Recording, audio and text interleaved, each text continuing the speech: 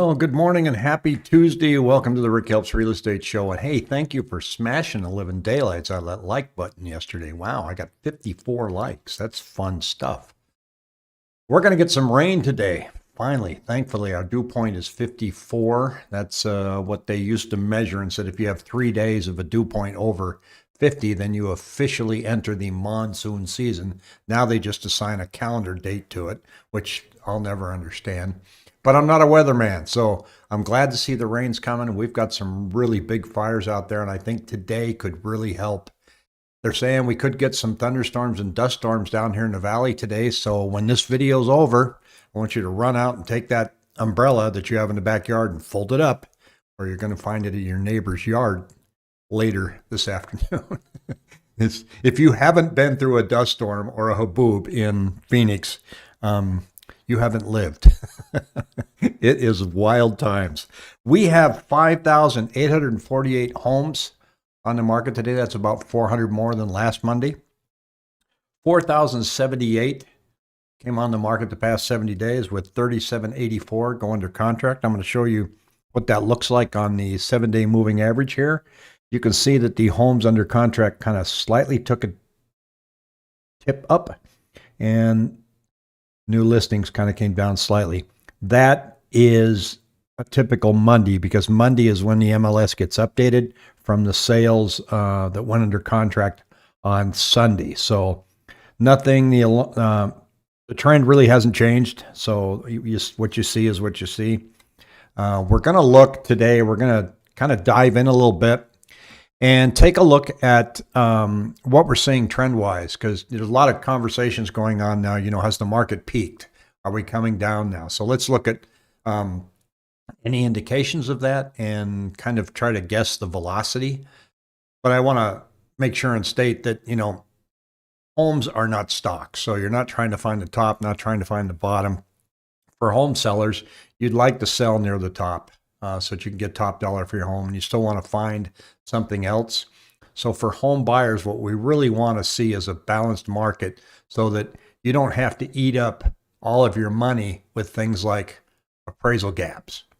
So it's not, when we get to a more balanced market, you don't have to use up all your cash. And, you know, you may be paying more for the house, but right now the problem is you're paying more for the house, you're bidding it up so that you can get it.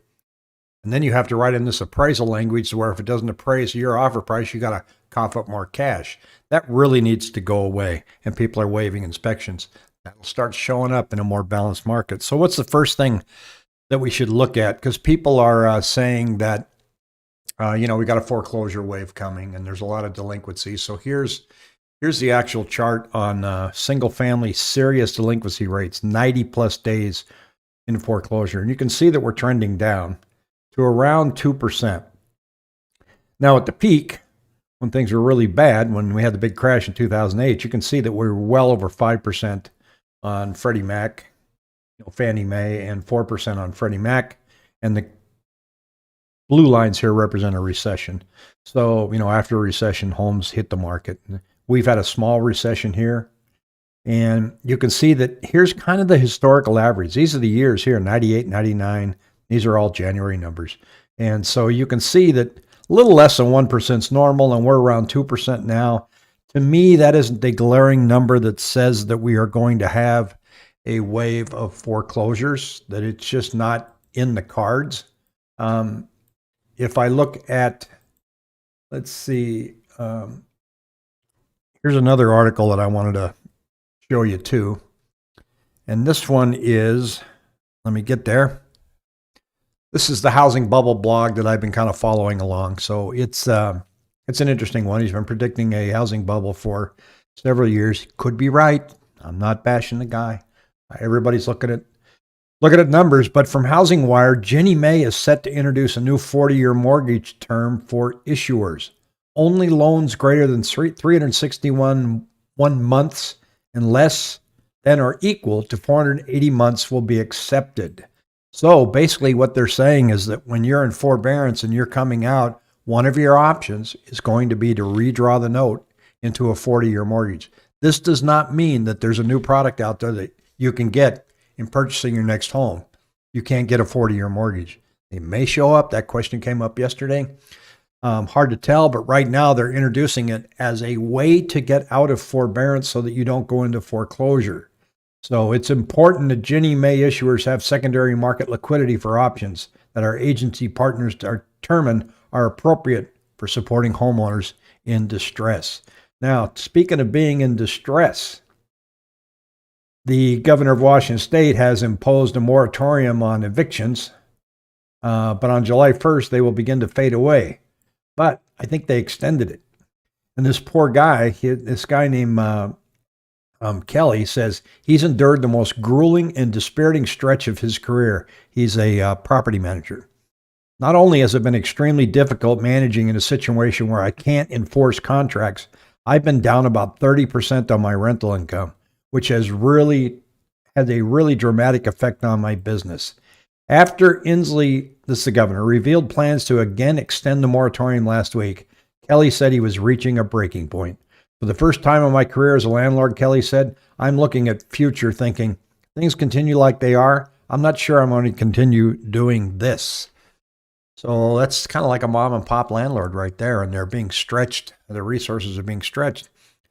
A lot of governors are saying that they're going to help landlords as soon as they get the federal money. Well, the federal money hasn't been dispersed yet to help landlords. So they're out there swimming on their own. You can tell somebody in California that they need to pay their rent, but you can't send them a 3-day notice that they're late on their rent and they're going to be evicted, because they can turn around and sue you. So it's really, really a mess for these poor landlords. Hey, JT and Terry, good morning to you.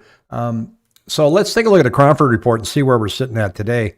And these, again, are listings. So listings are coming up, right, folks? So, but it's coming up so slightly here. But it is going up. This is last year. We're almost there. I think we'll be there right about here, which is, I think, I'm going to predict week 32, week 33. We will match 2020. Now, 2020 was historically low too, right? See, down it went. We need to get back up here. 2018, 2019. And it's going to take a long time. So if it goes at this trajectory, you can see how long it's going to take to get there. So that's a number we're going to watch. But the important thing is, have we peaked? Have we peaked in real estate? In prices, I'm going to say no. We have not peaked in prices yet. Here is the Cromford Market Index. What an index is a mathematical calculation that the Cromford report uses, and 100 is considered a balanced market. So while we see this line going down, it's still at 420. And you've heard me say before, when it hit 300, we all went, holy cow, I can't believe it's that, the index is that high, that in favor of sellers. Now we're down at 420, and we're thinking, okay, here we go. Could go down, could match again around week 32, 33, matching what we saw in 2020, which again was huge. We need to get down here. So it's going to take some time. So what are we seeing? Well, this is interesting. This is from the Federal Reserve, and this is mortgage, real estate loans, residential real estate loans, and all commercial banks. Lending's going down. There isn't a lot of borrowing going on. That's an interesting one to watch, that it is declining. Now, you would think that if there was all this buyer traffic, that line would be going up, but it's not. That could be an early indicator that people are backing off. Now, why are they backing off? Nobody knows. I mean, are we backing off because of summer? No, that chart's a little longer than just summer. Is it possible that the number of people that were able to buy homes has kind of been exhausted and the rest are just priced out? I think there's a lot of truth in that. There is some chatter that says those that could afford to buy a house already went out and did so. And so that number of people that are eligible and can afford to get a house has come down, and the rest are priced out, and they just have to sit this market out.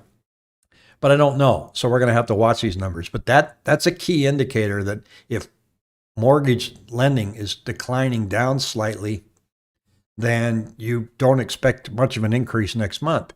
But our situation here in Arizona, with the inventory being as low as it is and the buyer traffic being what we can call normal, we can still expect price increases. Right now projected to be between 2-3% a month. So not really changing yet. So where are mortgage rates? And I put the link below for mortgage rates so you can take a look. So here's where we're at today. It says here we're at 3.2, and yesterday we were at 3.2. The 52-week low was 2.75. The 52-week high was 3.45. These numbers are a national survey, so your numbers with your lender will be different. It all, the rate is just kind of a published rate, but the rate depends on your credit, your debt to income ratio, and all of those factors. So, be careful not to run in and go, I want my 3.2. So, I would ask for it, but some of you may be finding rates that are even lower than that, but that's just an average. So that link is in the body of the video below, so you can go in and look and check on it at any time. Terry says some property managers in Phoenix are asking applicants to give them their highest and best offers.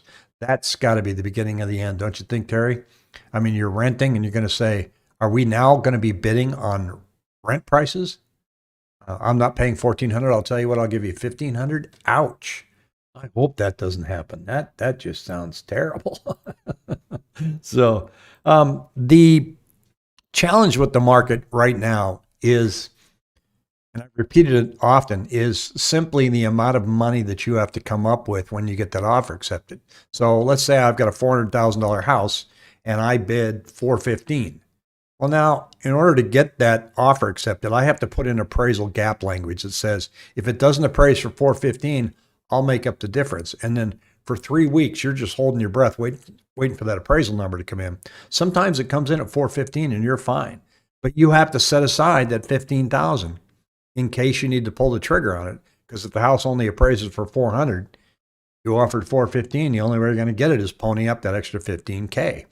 And that is very nerve-wracking, very expensive, and quite frankly, unnecessary, but it's the only way you're going to get a house now.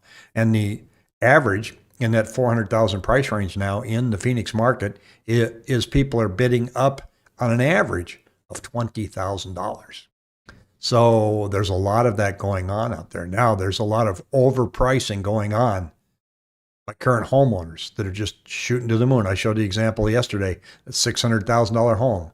After 11 days, had to pull it down to $490,000. So that was a strategy where they said, well, what the heck, let's just see what we can get. That never works.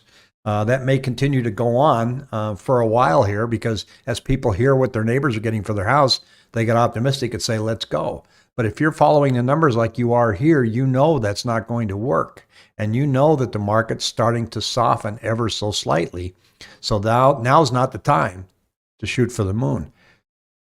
JT's Gear Garage. That's pretty cool. I got to check out your channel. Wanted to move to the east side, but rentals have gone from $1,600 2 years ago to $2,100 minimum. Very lucky our landlord re-upped our lease to $1,460 here on the west side.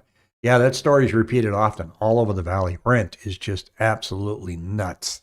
But we're seeing that apartment rents are kind of leveling off, maybe going up at a slower amount than single family, because there's this rush for space. People want to get outside. They want to have a backyard. They want to have room for their dog, room for their kids.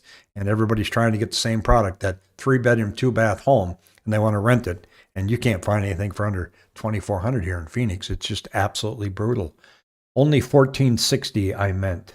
No, I got that. So it's rough getting a rental. And so it's easy to see why people want to buy, because what can you buy for $2,200 a month? If you're going to pay that in rent, what can you buy? Have you saved your down payment? We'll be going over some of those numbers this week on what it takes to get into a house. I'm going to be doing my live streams every morning at 8:30. I do them Monday through Thursday. And then Friday, I do a conversation with my lender, Pat. I'm going to start supplementing some afternoon uploads on just how to get into a house and what we're looking at this market. So it's going to be interesting. Go out now and get your patio furniture and tuck it away and take that umbrella and put it down so it doesn't end up in your neighbor's yard. Have a fabulous Tuesday, everybody. Take care.